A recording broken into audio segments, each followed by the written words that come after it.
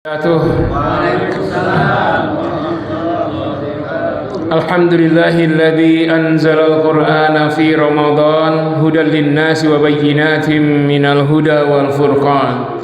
Ashhadu an la ilaha illallah wahdahu la syarika lah wa ashhadu anna Muhammadan abduhu wa rasuluh, amma ba'd.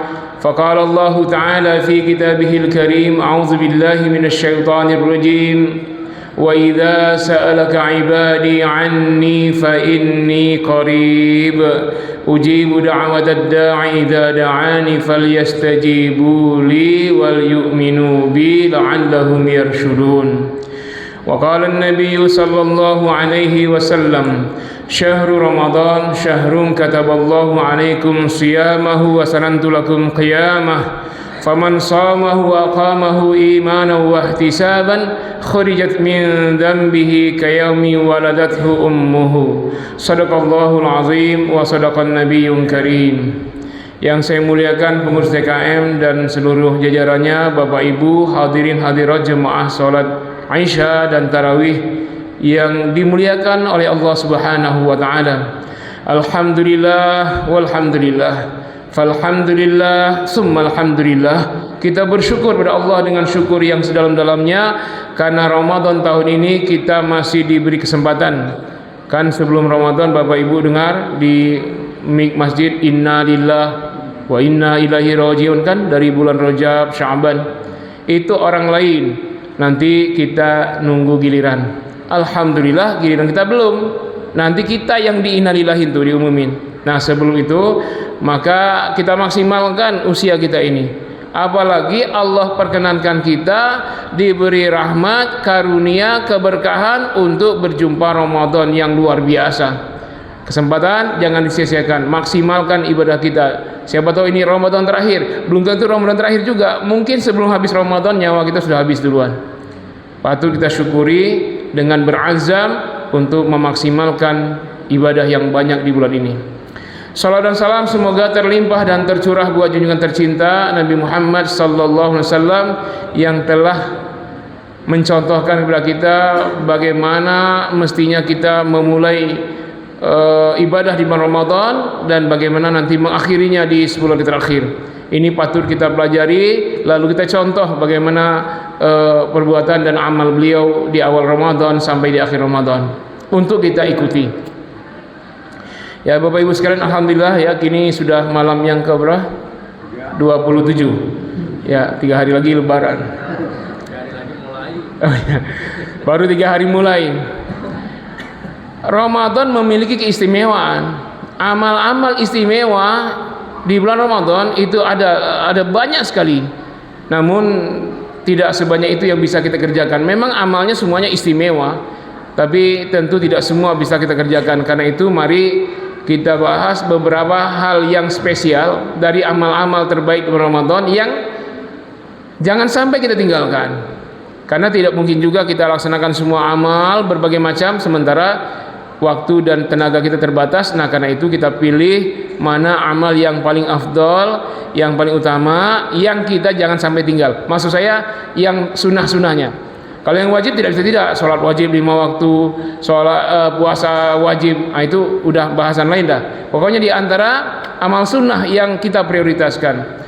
Minal a'malil afdholiyah wal ahamiyat fi Ramadan, di antara amal-amal prioritas yang sunnah-sunnah di bulan Ramadan. Yang pertama jangan sampai tidak. At-ta'amulu ma'al Qur'an, berinteraksi dengan Al-Qur'an. Kenapa? Karena ini menjadi amal spesial. Allah sebutkan di ayat-ayat puasa bahwa pemilihan Ramadan sebagai waktu wajibnya puasa karena di situ turun Al-Qur'an. Di ayat 183 Allah katakan kutiba alaikumusiyam, diwajibkan puasa atas kalian. Ayat 184 kewajiban itu tidak sepanjang hari tetapi hanya waktu yang sudah ditentukan, ayyamam ma'dudat. Di ayat 185 ayat waktu ayyamam ma'dudat itu disebut syahrul Ramadan, hanya di bulan Ramadan puasa wajib. Kenapa dipilih Ramadan? Alladzi unzila fihil Qur'an, karena alasannya di saat itu turunnya Al-Quran. Nah, karena itu Al-Quran menjadi ibadah yang spesialis, baik membacanya, menghafalkannya, memahaminya, dan belajar bagaimana mengamalkan kandungannya. Itu menjadi ibadah spesialis. Bahkan kalau bisa jangan sampai tidak ada yang tidak khotam, walaupun sekali baca Al-Quran. Kalau Imam Asy-Syafi'i itu bisa sampai selesai dalam satu hari 2 kali khotam. Kok bisa? Iyalah, kalau orang sudah hafiz Quran, mutqin, bacaannya enak, pasti bisa baca cepat. Baca cepat tanpa menyalahi makhraj tajwid, panjang pendek, dengang-dengungnya, dan tidak terjadi kesalahan dalam makna. Itu bisa kalau sudah hafiz Quran, bisa. Tapi Anda jangan coba-coba baca cepat sementara bacaannya masih patah-patah, hancur nanti. Tapi yang sudah mutqin kayak Imam Asy-Syafi'i, ya walaupun baca cepat 2 hari bisa khotam. 1 hari bisa khotam 2. Bukan 2 juz, 30 juz kali 2. Bisa. Beliau bacanya di mana? Waktu sholat itu sih baca, waktu sholat qiyamul lail, waktu tarawihnya, sholat duhanya, qabliyah ba'diyah itu dibaca. Sholat malam saja yang bisa 20 rakaat itu masing-masing rakaat bisa 1 juz kali Imam Syafi'i. Bisa 2 kali, di dalam sholat sekali, di luar sholat sekali. Jadi sehari 2 kali khotam. Kenapa penting? Kayak imam kita enak sekali tuh ya mendengarnya. Coba kalau bacaan kita begitu, bisa cepat Pak. Cepat dan tidak menyalahi hukum qiraat, hukum tajwid. Kenapa? Karena di bulan ini luar biasa pahalanya. Baca Quran saja nggak ada kaitan dengan Ramadan, 1 huruf pahalanya 10. Kata Imam Ali radhiyallahu an, beliau menyatakan baca Al-Quran 1 huruf pahalanya 10. Kalau dibaca dalam keadaan berwudu pahalanya 25. 1 huruf. Kalau Anda baca Al-Quran dalam sholat sunnah yang duduk, maka 1 huruf pahalanya 50. Dalam sholat berdiri 1 huruf pahalanya 100. 1 huruf. Berarti kalau 1 ayat ada 40 huruf, berarti 1 ayat pahalanya kalau dibaca dalam sholat berdiri 4.000 pahala. Enggak ada kaitan dengan bulan Ramadan. Apalagi di bulan Ramadan pahala itu akan dilipat gandakan. Kesempatan kita mendulang pahala sebanyak-banyaknya dengan berinteraksi, membaca Al-Quran. Kalau kita punya target khotam 1 hari sejuz, berarti kita bagi saja 1 juz itu 20 halaman. Kalau kita ingin baca setiap habis sholat 5 waktu, maka kita bisa bagi 20 bagi 5, 4 halaman. Pada subuh 4, pada zuhur, pada asar, pada maghrib, pada isya kita gabung tarawih, pada tarawih. Nah, 5 tuh. 1 juz sehari. Kalau mau 2 juz berarti 8 halaman alias 4 lembar sehari. Jangan sampai tidak. Para ulama seperti itu, Imam Malik, bahkan Imam Syafi'i masih sempat mendengar setoran hafalan santrinya di bulan Ramadan. Saking antusias mengejar kebaikan ya di bulan Ramadan dengan berinteraksi bersama Al-Quran. Caranya gimana Pak? Caranya jauhi handphone, bila perlu talak 3. Ini yang banyak habisin waktu handphone ini. Ya, kalau masih ada kaitan dengan urusan dunia kita, bisnis, mungkin dikasih ya sejam siang, sejam malam dah. Sejam jam 10 sampai jam 11 pagi, sejam pada tarawih untuk urusan bisnis tuh. Itu masih bisa lah ya. Tapi jangan sampai habis lebih dari setengah hari hanya untuk handphone. Ini gak akan bisa khotam, gak akan bisa. Nanti alasannya apa? Ustaz, gak apa-apa, di handphone ada aplikasi Al-Quran. Iya, aplikasi yang lain lebih banyak, malah lebih menarik daripada Al-Quran. Jauhi dululah ya. Tapi kalau masih ada urusan tadi ya, urusan dakwah, silakan. Kalau Ustaz gak bisa, enggak. Ustaz, jadwal malam ini ya, gak bisa, enggak. Itu harus pakai handphone. Tapi bukan untuk berkelana di dunia maya, tapi untuk menyambut panggilan, untuk mengisi tausiah dan lain-lain. Ini yang pertama. Spesialis ini. Yang kedua, amal spesialis yang disebutkan Al-Quran itu doa Pak. Ini sedang musim hujan, bahkan musim hujan, saat hujan doa tak akan ditolak. La yuraddu doa indal matar. Saat hujan tak ada ditolak itu doa. Bahkan kalau kita lihat ayat puasa Al-Baqarah itu dari 183 sampai 187. Tapi 183, 184, 185 itu ayat puasa. 186 ayat doa. 187 ayat puasa lagi, itu panjang setengah halaman lebih. Nah, ini para ulama tafsir termasuk Imam Ibnu Katsir menafsirkan kenapa diselipin ayat doa di antara ayat-ayat puasa sebelumnya dan ayat puasa setelahnya. Ini menunjukkan bahwa doa di bulan Ramadan saat berpuasa itu doa yang paling mustajabah. Bahkan ada hadis Nabi, walaupun hadis diperdebatkan antara hadis sahih atau hadis dhaif, Nabi bersabda, walis-shaimi da'watun mustajabatun indal fitri. Orang yang berpuasa itu doanya pasti dikabulkan saat menjelang berbuka puasa. Allah sebutkan ayat doa itu diapit oleh ayat puasa sebelumnya 3 ayat, setelahnya ayat puasa lagi yang panjangnya setengah halaman. Apa kata Allah? A'udzubillahi minasyaitonirrajim. Wa idza sa'alaka 'ibadi 'anni fa inni qarib ujibu da'watad da'i idza da'ani falyastajibu li wal yu'minu bi la'allahum yarshudun. Ya Muhammad, kata Allah, apabila hambaku memohon padaku, ini susunan kalimatnya berbeda dengan yang lain. Enggak ada jawab syaratnya memerintahkan Nabi jawab, tapi langsung fa inni qarib, maka sesungguhnya aku teramat dekat. Biasanya kalau ayat seperti ini strukturnya ada perintah kepada Nabi, misalnya yas'alunaka 'anil ahillah, kul, ada kul, katakan ya Muhammad. Yas'alunaka madza yunfiqun, kul, ada perintah, katakan ya Muhammad. Yas'alunaka 'anil khamri wal maisir, kul, katakan ya Muhammad. Begitu. Tapi ayat ini kulnya enggak ada. Jawab syaratnya berupa jumlah fi'liyahnya dihilangkan, menunjukkan saking dahsyatnya pengabulan doa dari Allah. Apabila hambaku bertanya padamu ya Muhammad, dia meminta kepadaku, enggak ada fakul, enggak ada. Langsung jawabnya apa? Fa inni qarib, maka sesungguhnya aku teramat dekat ya Muhammad. Maksud ayat itu fakul, katakan ya Muhammad sesungguhnya aku teramat dekat, tapi dihilangkan fakulnya itu. Maka kata Allah, ujibu da'watad da'i idza da'an, pasti aku kabulkan doa apabila hambaku itu berdoa. Itu syaratnya berdoa, jangan enggak berdoa. Jangan begini kita berpikir, Allah kan tahu kebutuhan saya, isi hati saya, enggak usah berdoa juga pasti Allah kabulkan. Enggak bisa, Pak. Syaratnya itu idza da'an, itu satu, apabila hamba itu berdoa. Da'ani, maksudnya itu ada ianya dihilangkan, da'ani, apabila hambaku berdoa kepadaku. Doa dengan lisan, bukan dengan hati doang. Walaupun Allah tahu kebutuhan kita, Allah tidak akan penuhi kalau kita enggak minta.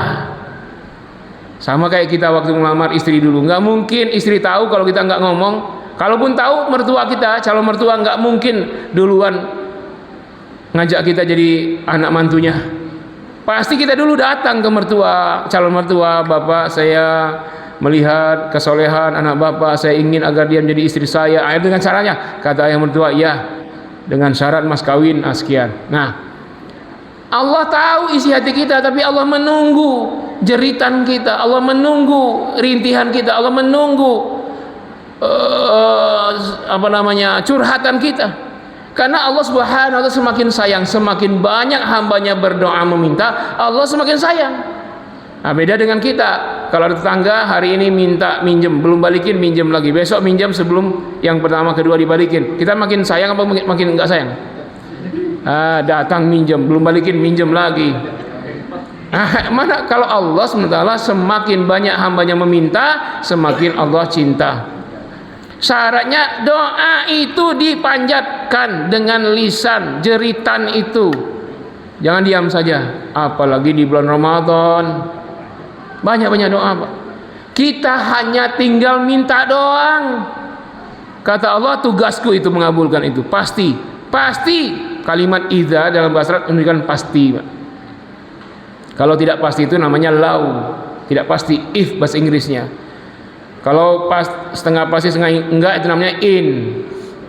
Semuanya itu syarat ya. Idza da'an, dengan syarat dia berdoa kepadaku, tapi yang kedua syaratnya apa? Fal yastajibuli, syarat kedua harus jawab dulu aturanku. Maksudnya apa? Aku suruh puasa ya puasa. Sholat 5 waktu wajib ya laksanakan. Kalau kita laksanakan, kita jawab apa yang Allah perintah, kita tidak melanggar, puasa kita jalankan, kewajiban tidak ditinggalkan, pasti Allah kabulkan doa. Itu syarat kedua. Syarat kedua apa? Ijabah dulu apa yang Allah atur. Jangan sampai kita berdoa ya Allah siang hari tapi kita nggak puasa. Minta ya Allah kabulkanlah perang sambil minum jus mentimun. Nggak bisa, harus penuhi dulu perintah Allah. Puasa ya puasa, wajib sholat dengan tinggalkan. Yang kedua, yang ketiga wal yu'minu bi, syarat doa itu kabulkan, percaya kepada Allah, yakin doa pasti kabulkan. Kalau nggak yakin maka syarat untuk dipenuhinya doa tidak terkabul. Jadi 3 itu. 1, lisankan di hadapan Allah apa yang kita minta itu. 2, laksanakan apa tuntunannya, perintahnya dikerjakan, larangannya jauhi. Yang ketiga, yakin doa dikabulkan. Kalau ada rasanya doa nggak dikabulkan, kita yakin pasti Allah ganti pengabulan dengan yang lain yang jauh lebih baik. Jangan sedikit pun ada pesimis pada Allah, optimis. Tuh syarat dikabulkan. Yang tentu saja larangan yang lain jangan dikerjakan. Jangan ada yang haram masuk. Kalau haram masuk nggak juga dikabulkan. Kullu lahmin nabata min haram fannaru aula bih. Misalnya ada makan haram. Kullu lahmin nabata min haramin fannaru aula bih. Setiap sekerat daging, walaupun hanya sekerat daging yang tumbuh dari yang haram, maka nerakalah lebih layak baginya. Itu nggak bisa dikabulkan tuh. Makanya jangan makan haram, Pak. Ya, kalau pertalite jangan dioplos, sudah haram itu sampai 900 triliun. Kita sedang efisiensi, tahu-tahu rakyat tidak efisien. Kenapa? Servis mulu. Disangka minum pertamax, tahu-tahu pertalite. Nah itu berapa kali tuh banyak yang tahu-tahu kok servis lagi. Udah merugikan masyarakat. Jadi jauh yang haram, maka pasti doa dikabulkan. Doa yang pertama apa? Prioritaskan untuk senantiasa berinteraksi bersama Al-Quran. Yang kedua, doa diperbanyak. Selain zikir-zikir yang lain, doa itu diperbanyak.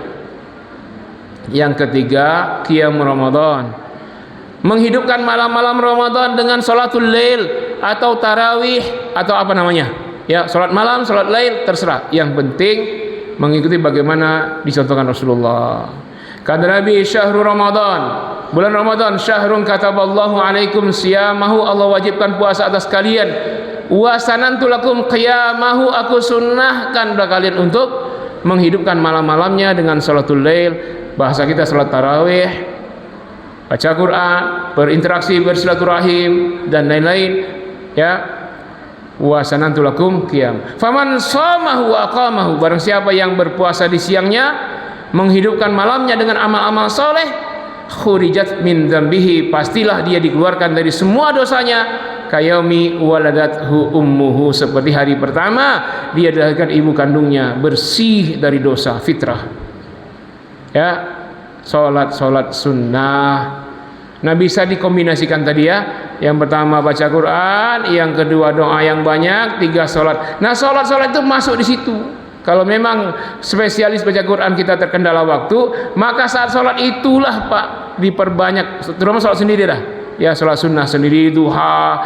Ya, selain kita salat sunat itu dipentingkan, kemudian di saat itulah kita langsung memurojaah hafalan kita.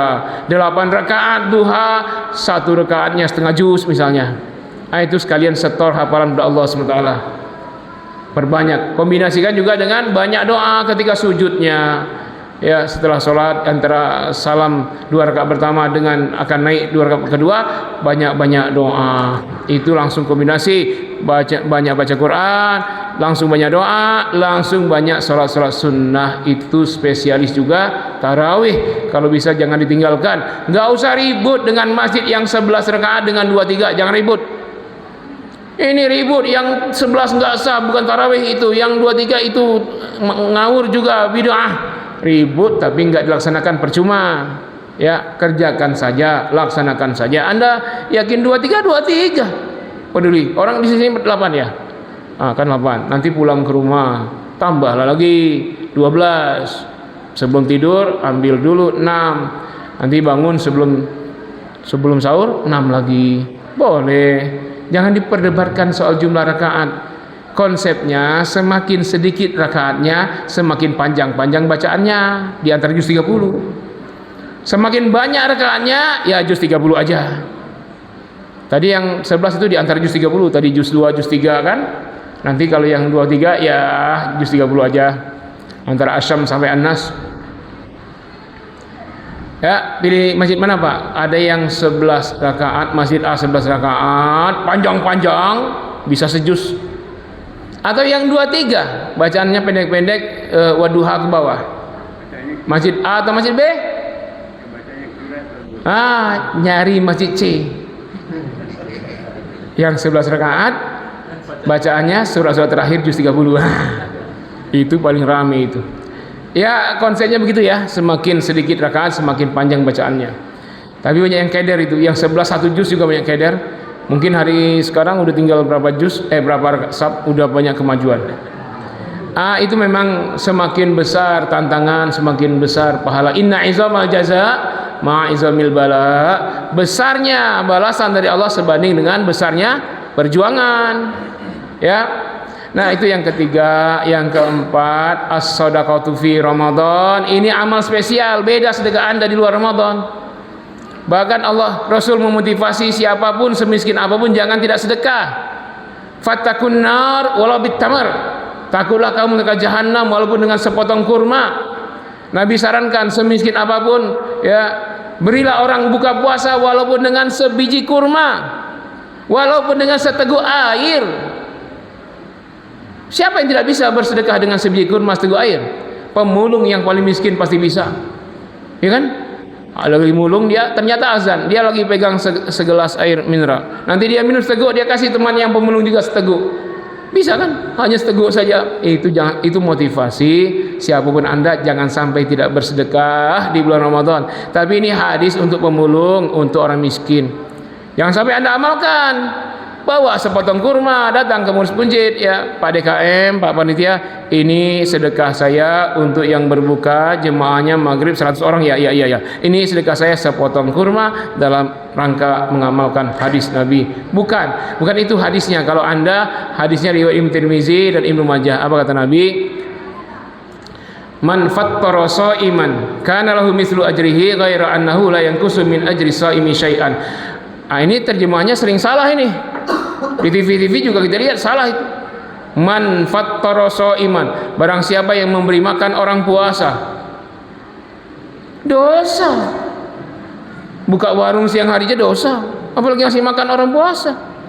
Memberi makan bergizi gratis di siang hari, ya itu sama saja merayu yang berpuasa agar batal tuh. Kalau bisa Pak Prabowo itu programnya dihentikan aja selama Ramadan, kan efisiensi. Kenapa dipaksa juga di bulan Ramadan? Kalau dikasih makan siang-siang kan setan banyak tuh mikir, wah kan lumayan tuh ada jeruknya, ada apanya kan? Batal tuh anak-anak sekolah. Ya efisiensi, nanti baru jor-joran setelah Ramadan kan. Sekarang tahan aja dulu karena memang belum puasa. Nah, kita aja lihat warung buka siang-siang marah. Lah ini terpampang betul dikasih nasi kotak per anak. Ya, mana coba? Ya.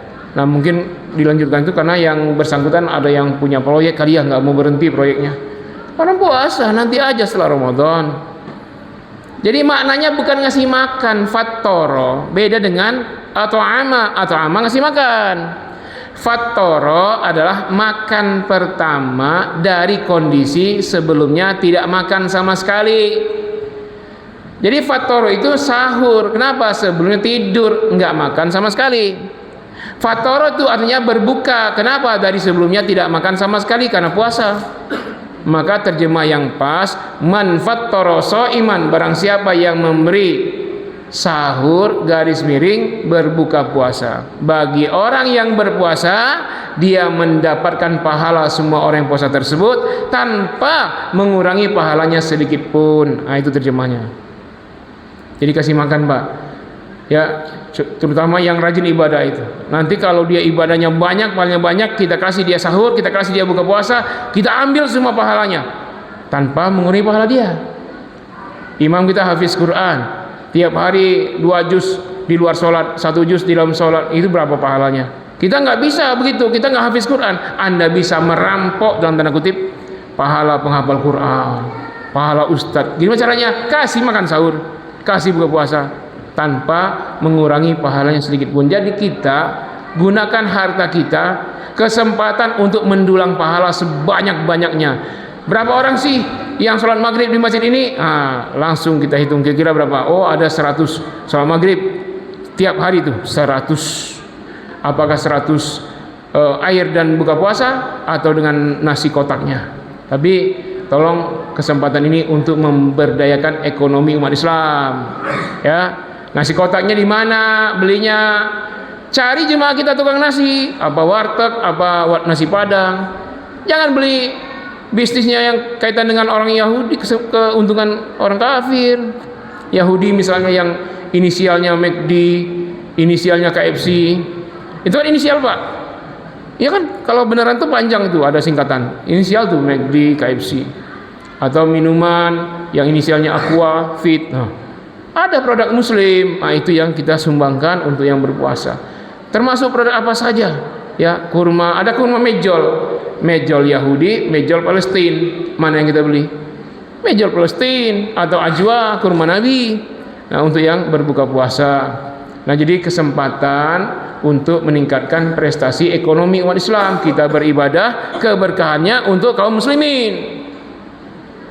Pernah kejadian saya di daerah ya sekitar sinilah, nggak saya sebut ya. Buka puasa 300 kotak McD. Belinya dari mana? Dari kotak infak jemaah. Ya gimana itu dibelikan ke situ?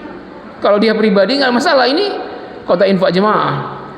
Ya, jadi pikirkanlah, apalagi sekarang banyak efisiensi. Baru saja karyawan Sritek 10.600 dirumahkan, kan kasihan tuh. Ya umat Islam semua mayoritas itu. Kesempatan mungkin ada yang dirumahkan pesangon untuk bisnisnya apa? Yang paling dekat dia bisnis jualan buka puasa. Kita beli mereka itu produk muslim, pedagang muslim. Nanti menjelang lebaran ibu-ibu beli bahan buat kue di mana? Jangan yang itu terus. Itu mereka sampai masuk ke gang-gang itu ya, retail itu. Coba cari warung Pak Haji apa yang jualan sama. Nah, retail itu yang namanya apa tuh? Indo Januari ya, Indo Februari, Alfa April gitu. Ada yang muslim, belilah. Ya, kita kesempatan untuk tingkatkan ekonomi umat Islam. Nah, kemudian amal yang prioritas juga al-i'tikaf. I'tikaf di bulan Ramadan tak ada di bulan lain. Kenapa? Ada satu malam yang istimewa namanya Silailah. Nama lengkapnya Lailatul Qadar. Kata Nabi, Allah SWT berkata, Lailatul Qadri khairun min alfi syahr. Kebaikannya melebihi 1000 bulan. Bukan sama dengan, lebih. Bisa 2000 bulan, 3000 bulan. Jadi kalau Anda saat itu sedang baca Quran, Lailatul Qadar tiba, maka Anda seolah-olah membaca Al-Quran lebih dari 1000 bulan, 100 tahun tuh kira-kira ya. Kalau kita usia kita enggak sampai 100, tapi kita baca Quran malam itu, kebetulan kita ketemu, maka sama saja kita baca Quran 100 tahun, ibadah salat sunat saat itu 100 tahun, sedang bersedekah 100 tahun. Nah, ini semua jangan tinggal. Kalau bisa di planning dari sekarang. Kalau 10 malam, 10 hari kita tidak kemana-mana, hanya di masjid saja. Nah, sekarang persiapkanlah untuk persiapan bekal, sahurnya, berbukanya, supaya nanti tidak terkendala. Yang punya planning silakan dari sekarang ya. Kalau kita mendadak kadang-kadang ingin i'tikaf tapi anak-anak nuntut baju lebaran, susah jadinya. Nah, kalau nggak bisa sepenuhnya, diniatkan malamnya saja setiap malam atau hanya malam ganjilnya. Pokoknya jangan sampai tidak andil tuh i'tikaf. Kalau ada dana, ini kalau dana ya, umroh. Ini juga istimewa. Kata Nabi, al-umratu fi Ramadan ta'tadilul hajja ma'i. Pahala umroh di bulan Ramadan sama dengan haji bersama Nabi. Haji Nabi, haji akbar. Kita umroh paling 3 jam. Begitu sampai di Jeddah, berangkat langsung taruh koper kita sudah pakai baju ihram ya, di hotel, langsung tawaf, sa'i, tahallul. 3 jam doang tuh. Bagi yang muda-muda, bagi yang agak tua susah, lamban dia tawaf, lamban sa'i bisa 6 jam. Umroh cuman, tapi nilainya seperti haji dan hajinya bersama Nabi. Itu kalau ada rezeki. Tapi kalau Anda umroh Ramadan mahal-mahal, sementara tetangga ada yang kelaparan, tetangga Anda, kerabat Anda, adik kakak abang yang susah hidupnya, Anda tak terlarang untuk umroh. Ya, karena umrah itu sunnah, membantu saudara yang kesusahan wajib. Nah, selesaikan dulu urusan kemanusiaan, sudah semua, tidak ada yang kelaparan, berangkatlah umrah. Nah, itu istimewa amal-amal itu. Nah, ini beberapa, masih banyak amal-amal yang lain, maka carilah yang mungkin paling bisa kita kerjakan, jangan sampai kita tinggalkan. Dari sekarang kita catat, ya, terutama yang qiyamul lailnya ini, qiyamul ramadannya ini. Ya, tarawih jangan sampai kosong. Sebagaimana puasa kita tidak pernah batal, maka tarawih juga jangan sampai ada yang luput walaupun sehari. Ya, nikmati ketika imam itu baca Al-Quran itu, nikmati. Orang kafir ada tes ya di barat itu, ateis, kalau dengar Al-Quran mereka menangis, nggak tahu itu artinya apa. Coba aja lihat di YouTube atau di mana, respon pertama kali ateis mendengar Al-Quran, pada rata-rata menangis Pak, sampai bergetar dia ditanya, kenapa Anda begitu? Saya merasa berada di alam lain yang sangat sejuk, nyaman ketika membaca. Dia dengar bacaan Syekh Rasid surah Ar-Rahman, atau dia dengar Syekh Mu'aikli, dia dengar Syekh yang lain, itu mereka luar biasa memukau. Lah kita yang Islam dari kecil kok bacaan imam sebagus itu, sempat-sempatnya sholatnya ngantuk. Kan gimana? Ya coba bayangkan, Al-Quran adalah bacaan yang istimewa, mukjizatun. Kemukjizatannya tidak selesai dengan wafatnya sang Nabi. Tapi kalau mukjizat Nabi yang lain, wafatnya sang Nabi sudah selesai mukjizatnya. Nabi Musa tongkatnya membelaut, Nabi Isa menghidupkan orang mati, semua itu sudah selesai dengan wafatnya sang Nabi. Tapi Al-Quran, wafatnya Rasul, mukjizat Al-Quran tetap ada sampai hari kiamat nanti. Nah, mari tetap mencintai Al-Quran, wabil khusus di bulan Ramadan. Dan jangan lupa untuk berderma, karena kita diajarkan lapar, haus, dahaga, itu pelajaran agar kita merasakan kesusahan orang lain yang kelaparan tidak hanya di bulan Ramadan.